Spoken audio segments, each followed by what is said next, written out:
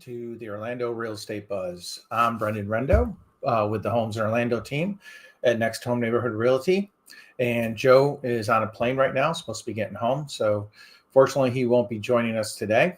We still have a lot to go over. Of course, we're going to start with the Fed cutting rates a quarter of a point, what that really means and what are we missing that may be affecting that behind it.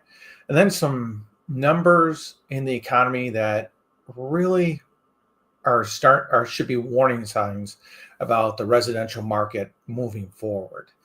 Some of it has to do with commercial real estate. Some of it has to do with debt of the consumers right now. So we're going to go over that, and then we're going to go over Orlando's numbers as always.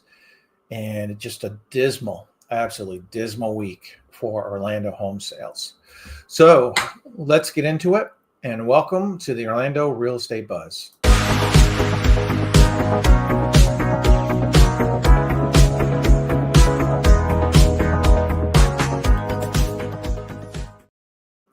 Well, as expected, everyone knew it. No one was surprised. There had been some talk the past couple of days. Oh, they're going to cut half a basis point. But of course, that didn't happen. Nothing to really drive that half a point cut. But they did do their quarter point cut. Kind of left the door open for additional cuts this year. Probably, I think they probably will do two more. Maybe October and December. I think they may skip one. I don't think they're going to do three cuts going through the rest of the year. There's such mixed economic information out there right now. And there was something semantically that Greenspan changed today that he's changed that was different from previous meetings earlier in the year. And that semantic is, where did he put inflation and where did he put jobless claims? He actually switched them. For much of the past year, he's really always come out, hit the inflation number. Our target, our goal is 2% inflation and low unemployment. That's their mandate that they're trying to reach on a regular basis. And they came out, they did the quarter point cut. They cut to 4.1 or 4.0 for their overnight rate. But he was emphasizing jobs more than he was the inflation. And he mentioned something, that the risk to both is high right now. The risk for higher inflation is there, and the risk for higher unemployment is there. And I think a lot of that had to do with the revision of all these jobless numbers that we've had.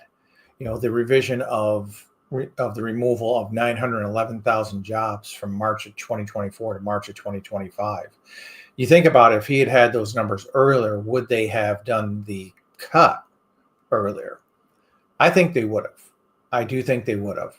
Even though the inflation rate has stayed well above, he says moderate, I say well above. Currently, for the year, they're projecting 2.9%, but that's also removal of the food and energy. So two of the most major things that affects everyone's pocketbook, they've taken out. And they're saying, well, that's going to be 2.9%. And then he said their projection for next year, 2026, is 2.6%. And then, oh, look, by 2027, we may get down to 2.1%. So that was kind of a red flag to me, that they're not going to have a super tight, hawkish view of the lending rate for the next year. I don't think they're going to be super aggressive the way Trump would like them to be, but it's going to be much more moderate than a lot of the hawkish Fed members would like it to be. And it's interesting because How does that affect the housing market? How does that affect um, mortgage rates, all that? And we saw leading up to it that the mortgage rates, based on the 10-year T, took a nice dive. We dropped really I think it was the lowest yesterday before the meeting, came down to roughly about, I think the average was 6.22, somewhere in that ballpark. But something that Joe and I have always warned you about is watch the rebound, watch what happens after the meeting, because so many times people overprice the discount and they immediately jump back. And this is what we're seeing today is we've gone from roughly a 4.04 early this morning to a jump of 4.122. So mortgage rates are going to start heading back up today. And we warned you about that, is that don't get over exuberant, don't get overexcited, because what we usually find is that the market prices everything in before the actual cut happens. And that's exactly what's happened here, is they priced it in. Now the yield is going to start going up. And there's a couple of reasons why I think we're going to continue to see this yield go up. Some interesting things have happened that we haven't seen in a long time. One of the biggest ones is, for the first time in nearly 30 years, foreign central banks hold more gold than U.S. treasuries. What is happening is we're seeing, I think, the total debt of the world is something like $315 trillion. So there's not a lot of strength. There's not a lot of faith in the fiat currency, because there's nothing really backing it. It's no longer backed by gold. It's paper. It's how fast you can print the money. And we've seen the value of the US dollar, you can follow that watching the Dixie, has dwindled. Where it was strongly above 100%, it was 104, 105 for several years. We're now dropping down to roughly about 97. So when you look at the yield on the treasury bonds, and then you look at what gold is yielding right now, it makes much more sense for the central banks of foreign countries to buy gold over U.S. treasuries. And that's going to cause a huge problem going into the end of this year. And that problem is something that we continuously talk about, and we continuously hammer home, which is we've got to refinance somewhere, I believe it's in the neighborhood of $9 trillion. We're going to borrow another trillion.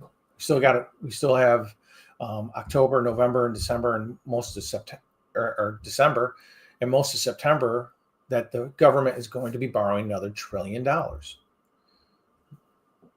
From who? I don't know. I don't feel like lending them money. So you've got to borrow another $1 trillion, plus you have to refinance. I believe it's I hear different numbers, 6.5. I hear $9 trillion, but it's an enormous amount of debt that has to be refinanced roughly before the end of the year. And what you're seeing with this graph is that foreign countries don't want our debt anymore. And you can see the amount of foreign central banks, foreign countries that own our debt since 2015 has slowly and consistently dwindled. And the holdings of gold has continuously gone up. So what they're saying to the U.S. is gold is a safer haven than your U.S. treasuries. We have more faith that we'll be able to hold our value with gold more than the U.S. treasuries. And what is that going to do? You're going to see this graph, this U.S. 10-year treasury, the U.S. 30-year treasury, all the treasuries, these yields are going to have to push higher in order to refinance, in order to pull people in to the market. And I truly believe that's why earlier this year, Bassett and the others did away with the reserve requirements on U.S. Treasuries. That was part of the bank's requirement that even if you were holding U.S. Treasuries, you had to have a 10% reserve. They did away with that. Why? Because that 10% is needed to buy the new debt or the refinance debt. But you're not going to have $6.5 trillion of that debt. So what I see one, your mortgage rates are not going to get down to what we saw when they were just printing money freely and they dropped the overnight rate to zero. You're not going to see it. You're not going to. I quite honestly, almost 99% certainty, I can tell you, you're never going to see it again. So if you're sitting there and you're waiting and you believe that, oh well, the Fed's going to cut 2 more times, mortgage rates are going to go down. Not necessarily. More than likely, no, they're not. And that's because of all this continuous debt that we have. So when you're sitting there and you're thinking, oh, maybe should I wait? Should I go move ahead? Should I wait? Should I move ahead? Right now is an absolutely fantastic time. If you're a buyer, take advantage of it. Take advantage of it because you're going to see from the numbers from this week that you have a huge advantage over the sellers right now. And it's all tied to this. Do I think rates are going to go lower? No, I don't. I just don't see the market for treasury bonds and bills getting better in the near future. Not unless we cut our spending and cut it dramatically. Then yes, then I think we've got a shot. But otherwise, no. I think the yields are going to continuously stay higher. And one of the other things that we're seeing is the debt of everyone. And this is a major one.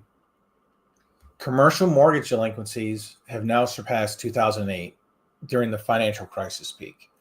This is always a precursor to the residential.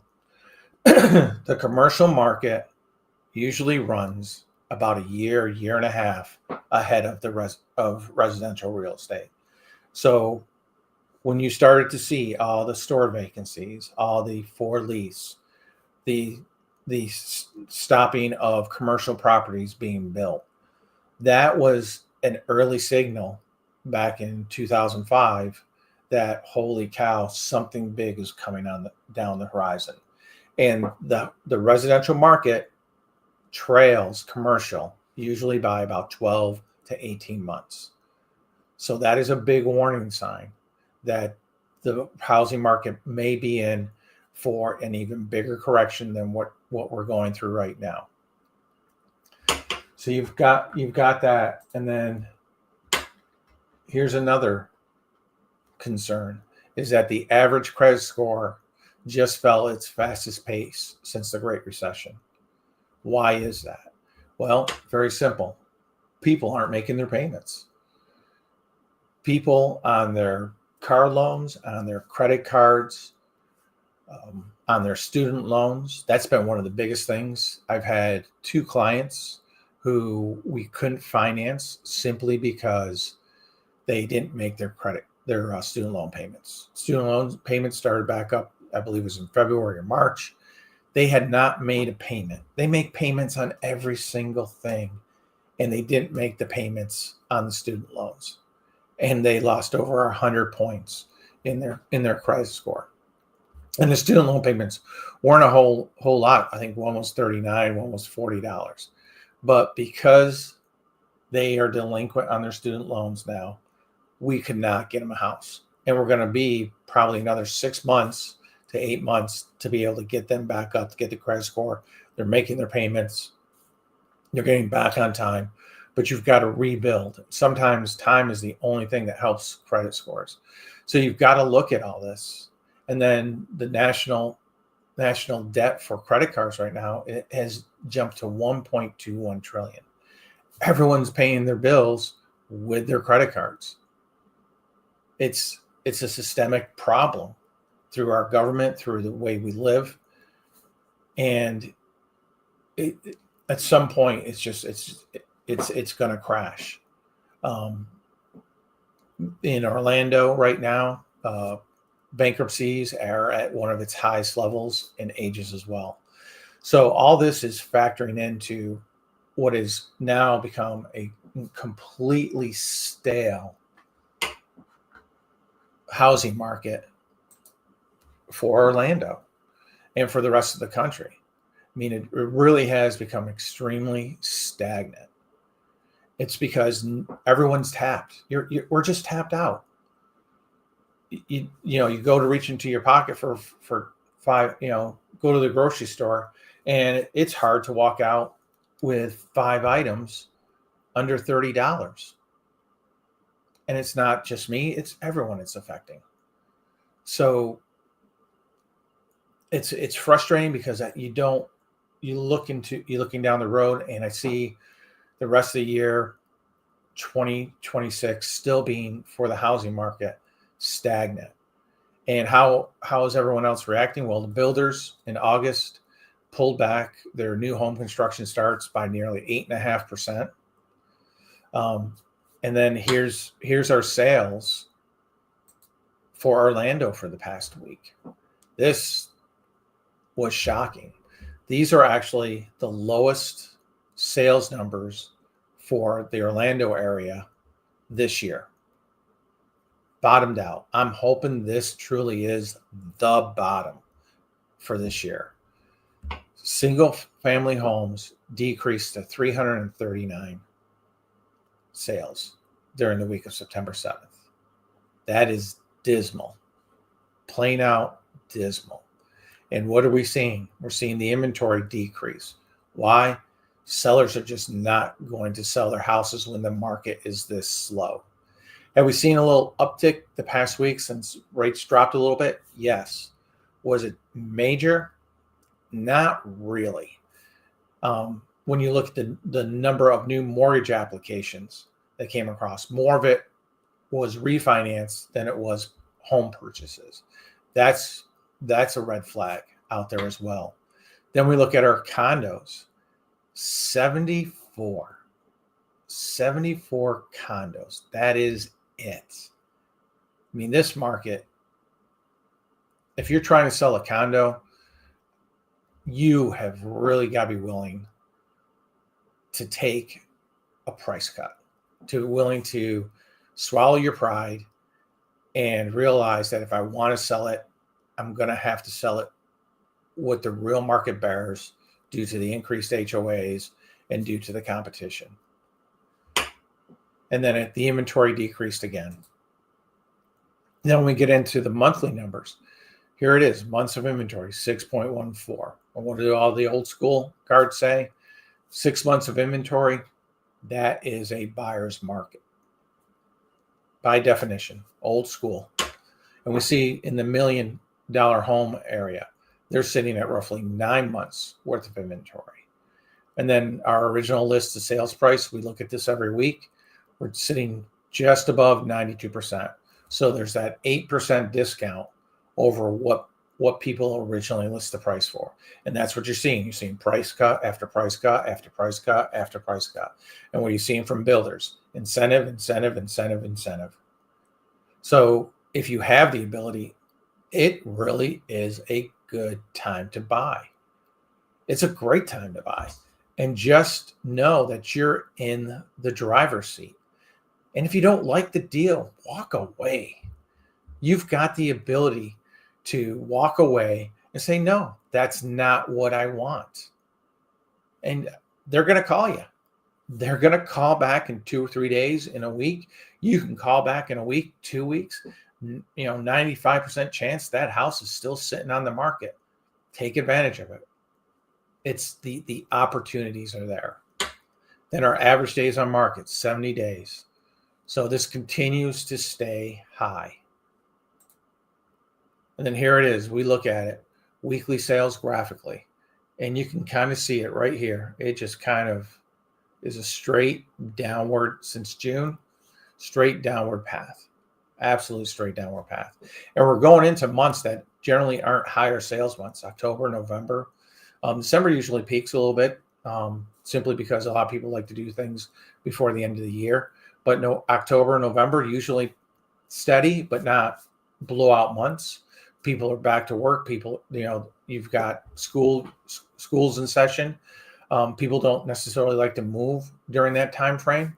So you're going to continue to see these numbers stay, I think, at the 400 or below, even with the little bump in savings that you're going to get from the better interest rates.